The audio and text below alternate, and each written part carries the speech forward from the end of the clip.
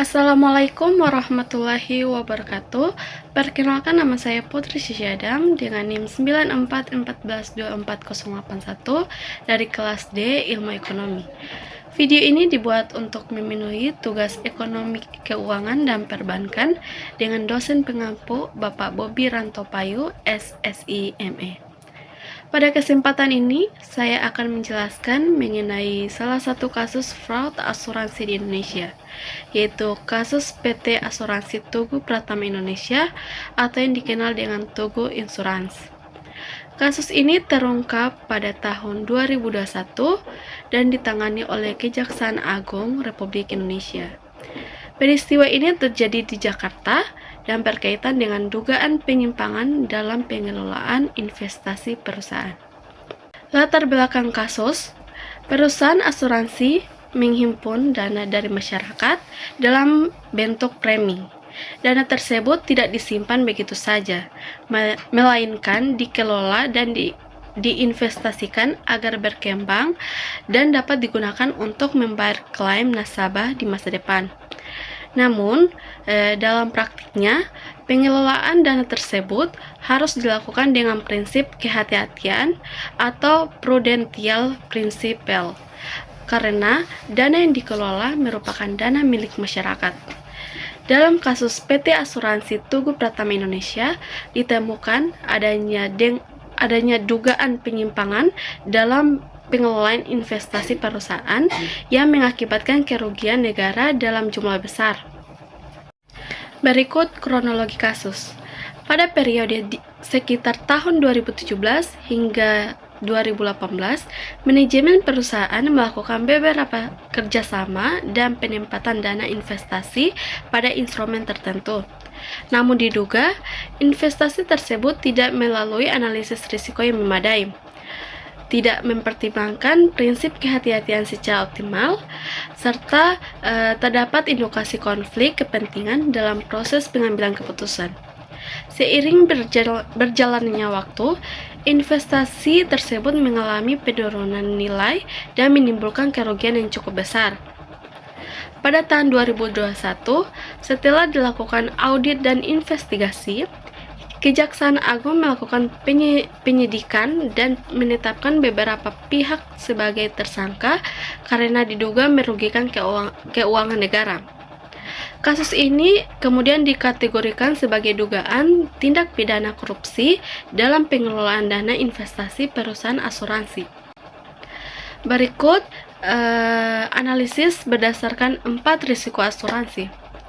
Berdasarkan teori manajemen risiko dalam asuransi, terdapat 4 risiko utama, yaitu risiko underwriting, risiko likuiditas, risiko investasi, dan risiko fraud.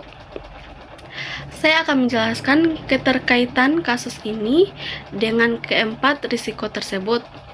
Yang pertama, risiko investasi, yaitu risiko paling dominan dalam kasus ini. Risiko investasi adalah risiko kerugian akibat penempatan dana pada instrumen yang tidak menguntungkan atau berisiko tinggi.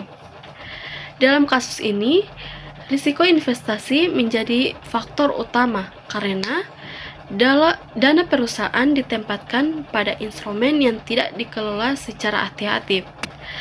Analisis kelayakan investasi yang memadai serta akibatnya perusahaan mengalami kerugian yang signifikan. Yang kedua, risiko fraud.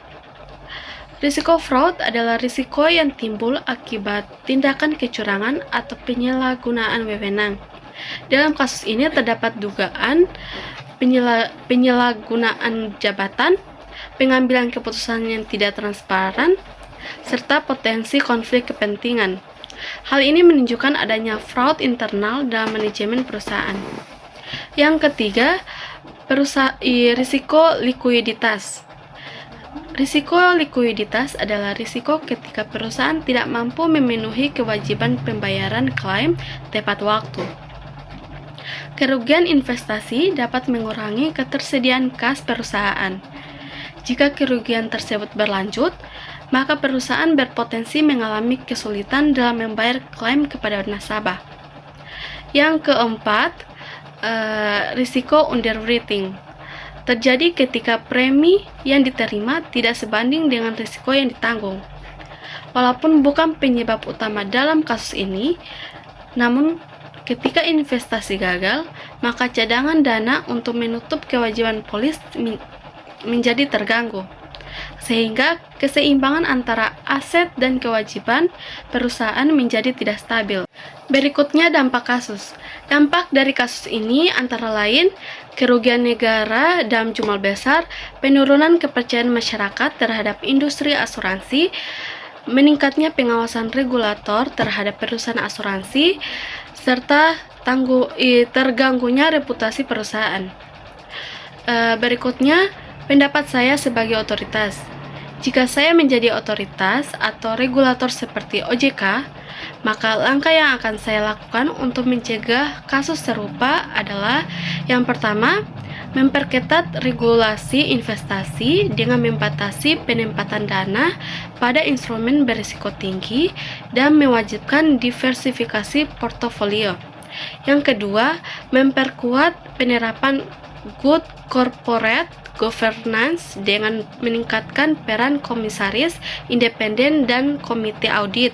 Yang ketiga, menerapkan pengawasan berbasis risiko dan melakukan stress test secara berkala untuk mengukur ketahanan perusahaan terhadap kerugian investasi. Yang keempat, mewajibkan transparansi laporan investasi agar dapat diawasi secara lebih efektif oleh regulator dan publik. Yang kelima, menerapkan sistem early warning system berbasis teknologi untuk mendeteksi potensi kerugian sejak dini. Nah, terakhir kesimpulannya, berdasarkan penjelasan tersebut, dapat disimpulkan bahwa kasus PT Asuransi Tugu Pratama Indonesia merupakan contoh fraud dalam pengelolaan investasi perusahaan asuransi.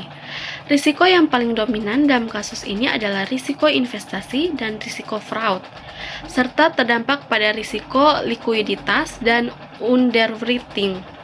Kasus ini menunjukkan bahwa tata kelola perusahaan dan manajemen risiko yang kuat sangat penting untuk menjaga stabilitas industri asuransi dan melindungi kepentingan masyarakat. Demikian penjelasan yang dapat saya sampaikan. Wassalamualaikum warahmatullahi wabarakatuh.